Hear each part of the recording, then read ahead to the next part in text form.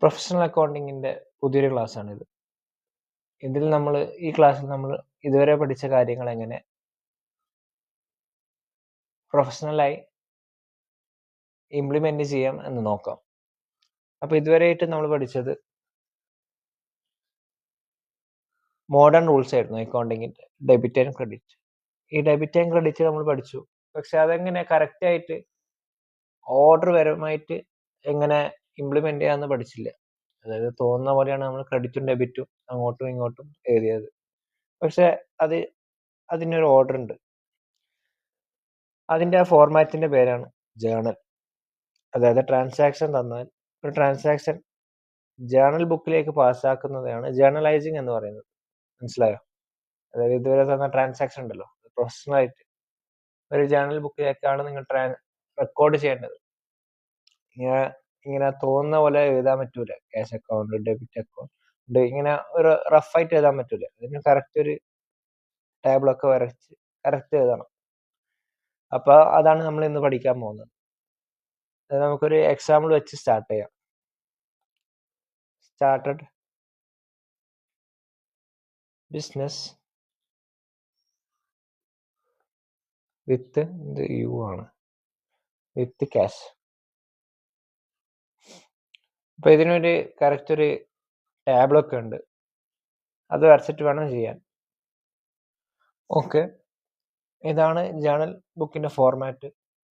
അപ്പോൾ ഏതൊക്കെ കോളം ഏതൊക്കെയാണെന്ന് നമുക്ക് നോക്കാം. ആദ്യത്തെ കോളം എപ്പോഴും ഡേറ്റ് ആയിരിക്കും.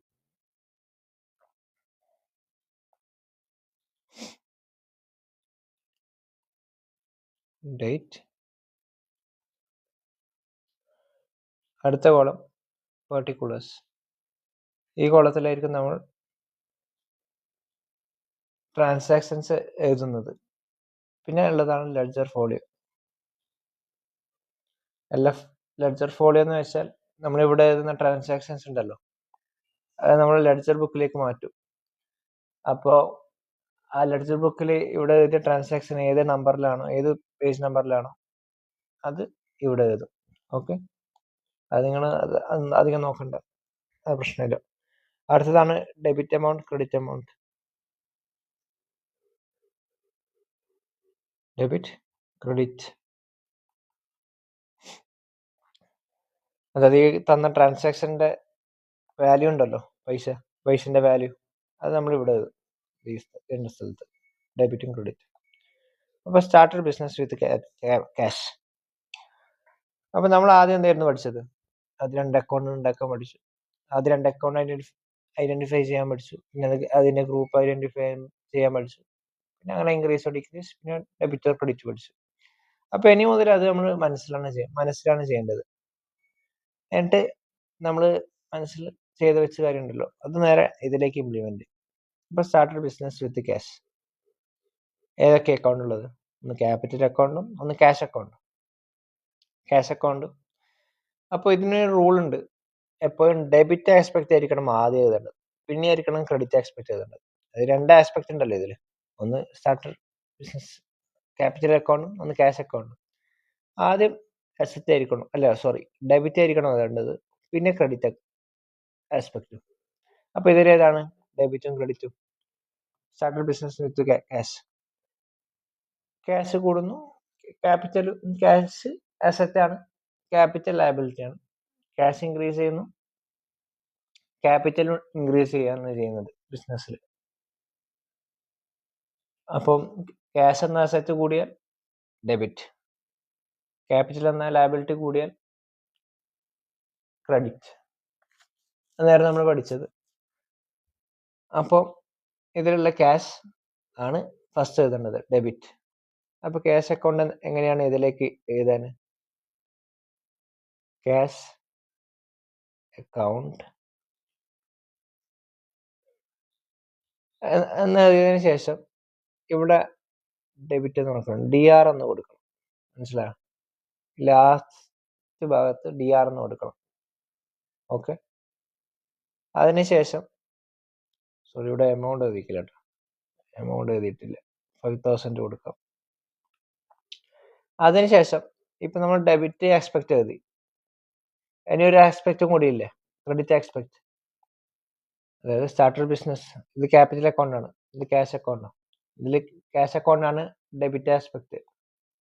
അപ്പൊ ഇതിന്റെ ക്രെഡിറ്റ് ആസ്പെക്ട് ഏതാണ്? Capital account. അത് എഴുതിയിട്ടില്ല. അപ്പൊ അത് വേണം അടുത്ത ഇത് എഴുതാൻ. അപ്പൊ അതങ്ങനെ എഴുതും. ക്യാഷ് അക്കൗണ്ട് ഡെറ്ററിന് എഴുതി. ഇനി അടുത്തത് ക്രെഡിറ്റ് ആസ്പെക്ട് എഴുതുമ്പോൾ നിങ്ങൾ കുറച്ച് സ്പേസ് വിടണം. ഫസ്റ്റ് തന്നെ ഇവിടെ തന്നെ കൊണ്ടുപോയി എഴുതി കൊടുക്കരുത്, ഇവിടെ കുറച്ച് സ്പേസ് വിടണം. എന്നിട്ട് ആദ്യം എഴുതേണ്ടത് two. Okay, two capital account.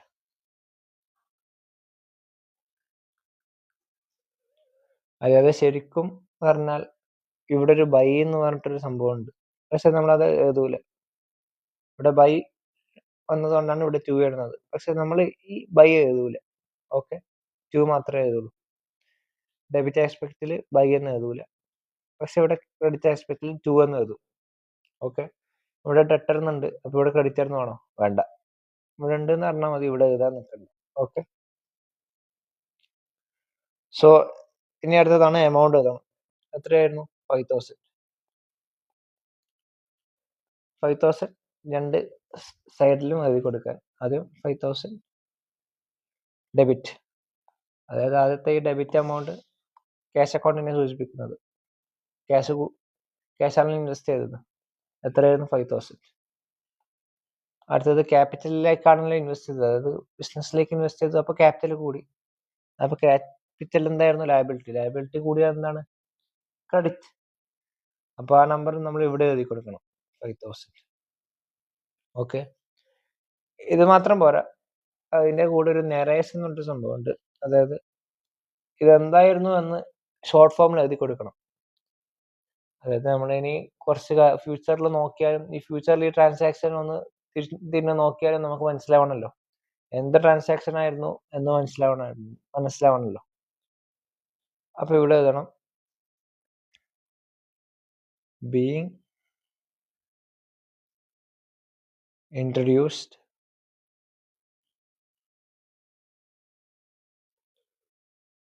capital into business. Okay, ഇത് ഡേറ്റ് ആണ്. ഇത് നിങ്ങൾക്ക് തന്ന യൂണിവേഴ്സിറ്റിയിൽ നിന്ന് ഡേറ്റ് ഉണ്ടെങ്കിൽ ഡേറ്റ് ഇട്ട് കൊടുക്കാം. എക്സാമ്പിൾ ആയിട്ട് നമുക്ക് ഡേറ്റ് ഇട്ട് കൊടുക്കാം. ഇനി അടുത്തൊരു എക്സാമ്പിൾ നോക്കാം. ഇത് മനസ്സിലായെന്ന് വിചാരിക്കുന്നു. ഒന്നുകൂടി പറഞ്ഞുതരുവാണെങ്കിൽ, ആദ്യം ഒരു ട്രാൻസാക്ഷൻ നമ്മൾ സ്റ്റാർട്ടർ ബിസിനസ് വിത്ത് ക്യാഷ്. അപ്പൊ ഇതില് നമ്മൾ ആദ്യം പഠിച്ച കാര്യങ്ങളെല്ലാം നമ്മളൊന്ന് മൈൻഡ് ചെയ്ത് നോക്കാൻ. മൈൻഡ് ചെയ്യാൻ പറ്റുന്നതിൽ ഒന്ന് കുറച്ച് ചെയ്താലും മതി. അപ്പം ഏതൊക്കെയാണ് അക്കൗണ്ട് ഐഡന്റിഫൈ ചെയ്യാം. ക്യാഷ് അക്കൗണ്ട് ഉണ്ട്, സ്റ്റാർട്ടർ ബിസിനസ് ആണ് സ്റ്റാർട്ട് ചെയ്യുന്നത്. അപ്പൊ ഈ ക്യാഷ് അങ്ങോട്ടേക്ക് പോകുന്നത് ക്യാപിറ്റൽ അക്കൗണ്ടിലേക്കാണ് പോകുന്നത്. അതായത് ഓണർ എന്തൊക്കെ ഇൻവെസ്റ്റ്മെന്റ് ബിസിനസ് കൊണ്ടുവന്ന അതൊക്കെ ക്യാപിറ്റൽ ആണല്ലോ. അപ്പൊ ഒന്ന് ക്യാപിറ്റൽ അക്കൗണ്ട്, ഒന്ന് ക്യാഷ് അക്കൗണ്ട്, അത് എഴുതി. അത് രണ്ട് വേൾഡ് എഴുതി കൊടുക്കാൻ. ആദ്യം ഡെബിറ്റ് ആസ്പെക്ട് ആയിരിക്കണം എഴുതേണ്ടത്, അത് റൂളാണ്. അതിനുശേഷം ആയിരിക്കണം ക്രെഡിറ്റ് ആസ്പെക്ട് എഴുതേണ്ടത്. അപ്പം ക്യാഷ് അക്കൗണ്ട് ആയിരുന്നു ഇതിലെ ഡെബിറ്റ് ആസ്പെക്ട്. അത് എഴുതിയതിനു ശേഷം DR എഴുതണം ഏറ്റവും അവസാനം. പിന്നെ അടുത്തതാണ് ക്രെഡിറ്റ് ആസ്പെക്ട്. ക്രെഡിറ്റ് ആസ്പെക്ട് എഴുതുമ്പോൾ കുറച്ച് സ്പേസ് വിടണം, പിന്നെ 2 എന്നാണ് എഴുതണം. അതിനുശേഷം ആയിരിക്കണം ആസ്പെക്ട് എഴുതേണ്ടത്. പിന്നെ രണ്ടിന്റെയും എമൗണ്ട് എഴുതി കൊടുക്കണം. ഡെബിറ്റ് ആസ്പെക്റ്റിൽ ഡെബിറ്റ് എമൗണ്ടും ക്രെഡിറ്റ് ആസ്പെക്റ്റിൽ ക്രെഡിറ്റ് എമൗണ്ട് എഴുതണം. അതിനുശേഷം അത് എന്തായിരുന്നു ട്രാൻസാക്ഷൻ എന്ന് ഷോർട്ട് ഫോമിലും കൂടി എഴുതി കൊടുക്കണം. അതാണ് നറേഷൻ എന്ന് പറയുന്നത്. ഓക്കെ, ഇനി അടുത്തൊരു എക്സാമ്പിൾ ചെയ്യാം. അടുത്തൊരു എക്സാമ്പിൾ ആണ് സാലറി പെയ്ഡ് ബൈ ക്യാഷ്.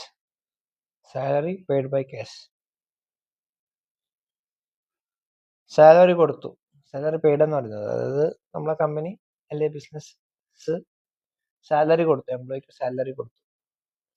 അപ്പം ഒരു 1,000 rupees ആയിരുന്നു. അപ്പൊ സാലറി പെയ്ഡ് ബൈ ക്യാഷ് എന്ന് പറയുന്നത്, അതായത് സാലറി കൊടുത്തു. സാലറി പെയ്ഡ് എന്ന് വെച്ചാൽ എന്താണ്? ഒരു എക്സ്പെൻസ് ആണ്, കമ്പനിയുടെ ചെലവാണ്. ക്യാഷ് എന്താണ്? അസറ്റ് ആണ്. അപ്പോൾ ഇത് നമ്മൾ മൈൻഡിൽ ചെയ്യാൻ നോക്കണം. ഇതുവരെ നമ്മൾ പഠിച്ചത് എഴുതി ചെയ്യാനായിരുന്നു. ഇനി മൈൻഡിൽ ചെയ്തിട്ട് കിട്ടിയതെന്നാണ് അത് ഇവിടെ എഴുതണം. അപ്പോൾ സാലറി പെയ്ഡ് എക്സ്പെൻസ് ആണ്, ക്യാഷ് അസറ്റ് ആണ്.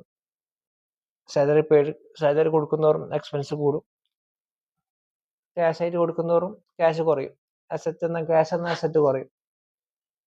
എക്സ്പെൻസ് കൂടിയാൽ ഡെബിറ്റ്, അസറ്റ് കുറഞ്ഞാൽ ക്രെഡിറ്റ്. അപ്പോൾ നമുക്കിത് ഈ ട്രാൻസാക്ഷൻ ഇങ്ങോട്ടേക്ക് ഇംപ്ലിമെന്റ് ചെയ്യും.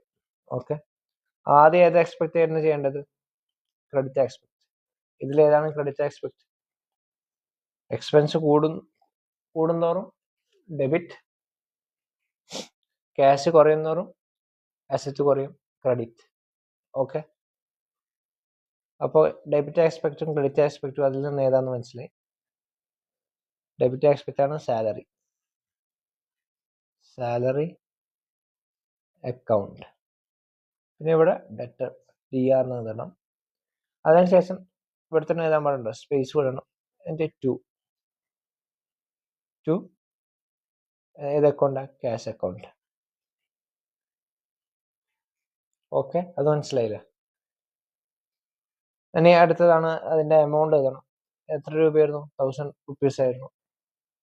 ഡെബിറ്റ് എമൗണ്ട് ആയിട്ട് 1000 rupees, ക്രെഡിറ്റ് കോളത്തിലും 1000 rupees. എന്നിട്ട് ഇതിൻ്റെ ഞായറാഴ്ച എഴുതണം. അതായത് എന്തായിരുന്നു ഈ ട്രാൻസാക്ഷൻ എന്ന് ചെറിയ ഷോർട്ട് ഫോമിൽ എഴുതണം. Salary paid by cash. Okay, അതിനുശേഷം ഇതങ്ങ് ക്ലോസ് ചെയ്യണം.